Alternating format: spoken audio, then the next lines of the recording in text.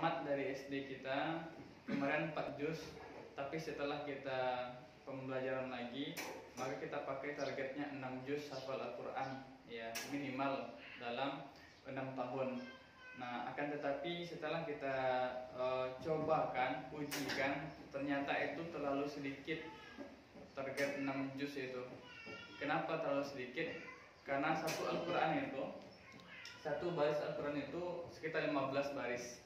15 baris dikali 20 halaman itu sekitar 300 baris. 300 baris itu kan satu bulan itu kan 26 hari. Kalau 6 bulan itu sekitar 2 baris ngafal sehari. 2 baris ngafal sehari, 2 baris Al-Quran, ya. Tapi kalau seandainya 1 tahun 1 juz, berarti sehari cuma sebaris. Susah nggak loh? Nggak susah kan? Setahun itu nak dapat 1 juz, seharinya sebaris, ya. Kita pun bisa praktekkan di rumah. Ya, contohnya 1 baris ya, alif lam mim zalikal kitabul la raiba fihi hudal lil muttaqin. Udah 1 hari ini. Besok baru tambah ayat kedua, ayat ketiga. 1 tahun bisa dapat 1 juz. Maka itu terlalu sedikit. Makanya mudah-mudahan memang kita tuliskan 6 juz, tapi kita usahakan upayakan untuk 10 juz tamat dari SD. Ya walaupun 5 orang semuanya 10 juz, berarti masya Allah kan. Ya berarti sudah 50 juz ini Allah kan. Ya. Ini sejuz, ini sejuz, ini sejuz, ini sejuz, ya. Belum itu kan dalam bab Al-Quran. Dalam bab Al-Quran. Tapi nanti kita akan fokuskan ke tahsin bacaannya juga untuk anak-anak kita.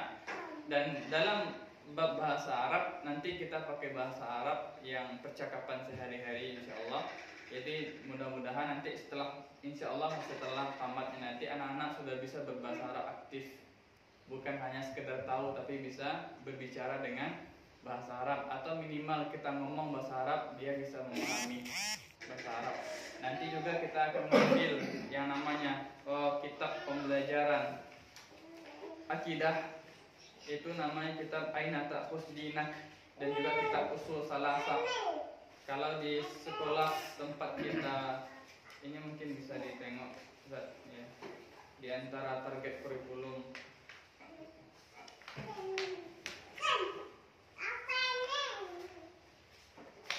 Bisa. Tapi coba tempat kita itu kan nanti mau ditempel.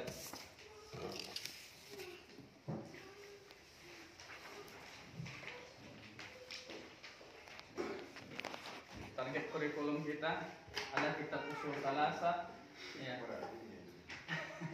Ada Usul Salasah, ya. Itu sebenarnya ada kitab Tuhfatul Atfal, itu sebenarnya dihafal itu. Sebenarnya nanti itu sistemnya hafalan.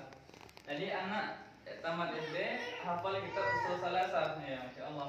Ya. Akidah Aina Ta'khuz Dinak, Tuhfatul Atfal, Matan Al-Jazari dan sebagainya macamnya, nanti itu yang akan kita usahakan untuk menggapainya. Dan alhamdulillah kita sudah punya 4 orang pengajar. 4 orang pengajar itu ya salah satunya Ana, lalu Umi Marwa, lalu Ustazah Ayu, lalu Ustazah Febriani yang dia belum masuk minggu ini. Jadi masuknya beliau itu nanti seminggu setelah beliau wisudanya besok.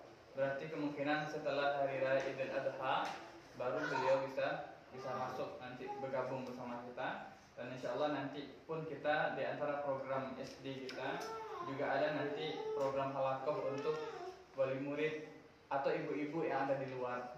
Ya, insya Allah nanti akan menyusul program-program yang demikian. Nah, selanjutnya yang bagian yang sangat paling penting, Bapak dan Ibu sekalian, adalah buku penghubung. Nah, ini yang Ana minta untuk tolong dibagikan. Masing-masing dikasih 1 buku penghubung.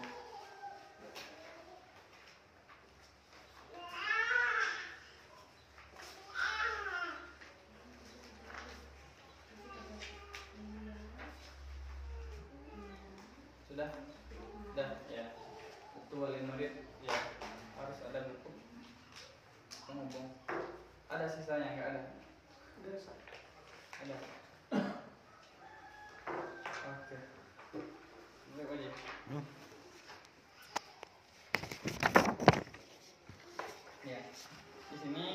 kita akan bahas buku penghubung. Buku penghubung itu di sekolah-sekolah umum kayaknya ada juga ya?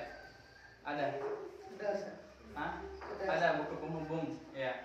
Buku Masalah penghubung. anaknya. Kalau sekolah anaknya pasti ada buku penghubung, ya. Kalau biasanya buku penghubung itu dari sekolah ke rumah, kalau kita bikinnya dari rumah ke sekolah. Ya biasanya kalau buku penghubung setiap hari guru tuh nulis ini yang apa anaknya nanti bisa kasih ke rumah. Tapi kalau kita tidak dari rumah ke sekolah. Jadi maksudnya itu apa? Nanti yang banyak memantau kegiatan anak-anak kita itu kita di rumah. Nanti tinggal checklist saja tiap hari. Ya misal pertama sholat berjamaah di masjid. Tapi untuk perempuan nanti kan dia sholat aja. Sholat berjamaah di masjid. Ini ada harinya. Senin, Selasa, Rabu, Kamis, Jumat, Sabtu, Ahad. Ya ada harinya. Ada sholat. Kalau dia sholat berjamaah checklist saja. Tapi kalau tidak maka disilang saja atau di strip aja. Lalu murojaah hafalan. Ada nggak murojaah di rumah anak-anak kita? Lalu nanti ketiga, bergaul dengan teman yang baik. Ya, bergaul dengan teman yang baik ini akan menimbulkan suatu perkara yang luar biasa, ya. Sehingga dia bisa nyari teman dia yang buruk. Kita pun bisa mantau. Kalau ada temannya yang kerjanya main game aja atau goyang-goyang lain sebagainya, anak-anak kan ada seperti itu. Maka kita larang, nggak boleh. Ini ada nggak boleh gitu kan? Harus bergaul dengan temannya yang baik, maka nanti dicentang. Kalau enggak, maka disilang saja. Lalu nanti juga berkumpul bersama keluarga. Ini tujuannya apa, Bapak Ibu sekalian? Adalah untuk bagaimana adab anak kita itu, akhlak anak kita itu bisa bagus ya. Lalu menyiapkan buku pelajaran, sudah dia akan menyiapkan buku pelajaran atau masih dibantu dan sebagainya macamnya.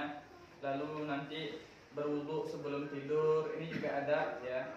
Lalu bangun pagi sendiri, merapikan tempat tidur, gosok gigi pagi sendiri, makan sendiri, pamit sebelum keluar rumah, menempatkan sepatu di rak. Itu ada tulisan yang putus-putus ya. Ini tukang printnya tadi ya enggak apa. Membaca basmalah setiap memulai sesuatu, mengucapkan alhamdulillah setelah melakukan sesuatu, senang membantu ayah dan ibu, mengucapkan syukur ketika diberi. Maka ini di checklist setiap hari. Ya, nanti setiap minggu insya Allah akan kita kasih ini.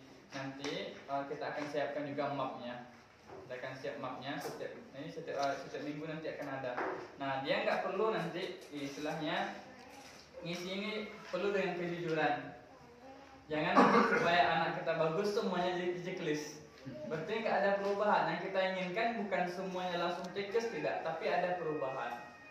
Minggu ini dia nggak sholat gitu kan ini belum, nanti karena ada ini dipantau terus, nanti akan terbiasa dia untuk sholat. Kawan-kawannya juga akan berubah. Ini istilahnya kegiatan anak-anak kita selama sehari, dan ini juga bisa berefek kepada orang tua. Sholat di masjid nggak dia, kan? Wajah hafalan nggak dia, kan? Maka timbal balik dia. Ya. Makanya di antara program nanti, program untuk tahun depan atau 1 tahunnya lagi, kita juga akan mewajibkan orang tua untuk ngafal minimal juz 30. Jadi anak-anaknya sekolah, orang tuanya harus baca bahasa Arabnya Ustaz. Orang tua. Ayo Allah Nanti bahasa Arab anak orang tua nggak bisa. Iya ya. Ya. Anak bahasa Arab kita.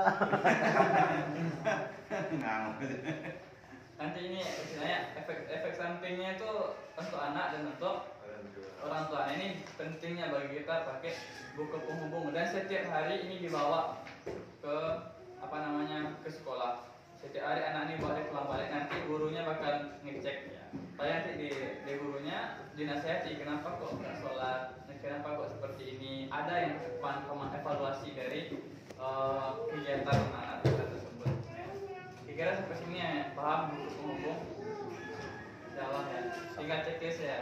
Tapi yang kita harapkan bukan checklist semua, tapi apa adanya. Nanti kita lihat perkembangan anak itu bagaimana. Sholatnya ini Ustaz lagi Ustaz, ini kan ada 5 ini Ustaz. Iya. Jadi bagaimana umpamanya dalam 5 waktu itu cuma zuhur aja. Oh iya. Checklist juga ini cuma 1 kolom aja. Oh bikin aja angka. Sholat berjamaah kalau sekali itu 1. Kalau 2 kali tulis 2. Kalau 3 kali tulis 3. Iya, ya, betul ya. sholat berjamaah ya. Kita atau ya sholat lah, pokoknya dia sholat yang laki-laki sholat berjamaah, kalau perempuan sholat ya. Kalau dia sholat cuma sekali sehari, ibu-ibu dapat ini? Enggak? Oh iya. Oh, Kirim belum dibagi ya.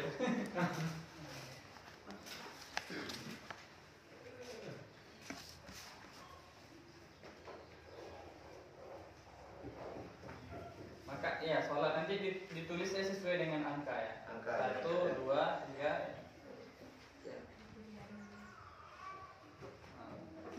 Ada pertanyaan lain tentang buku penghubung? Kita juga mantau, jangan kawan sama si Fulan tuh nggak bagus, ya kan? Atau nggak usah main semuanya, begonya diajaknya joget-joget lah sebagai macamnya. Bisa kita pantau kan? Mungkin nanti dia boleh memberikan efek samping, ya kan? Contohnya Syafiq nggak boleh main sama ibu Syafiq sama si Fulan, ya kan? Soalnya tuh ini pacarui, gitu misalnya kan? Maka kan mulai dia mencari lingkungan yang bagus, ya kan? Atau suka main HP, misalnya kan? Seperti itu. Insyaallah bisa dipahami buku penghubung. Kita memang sedang apa namanya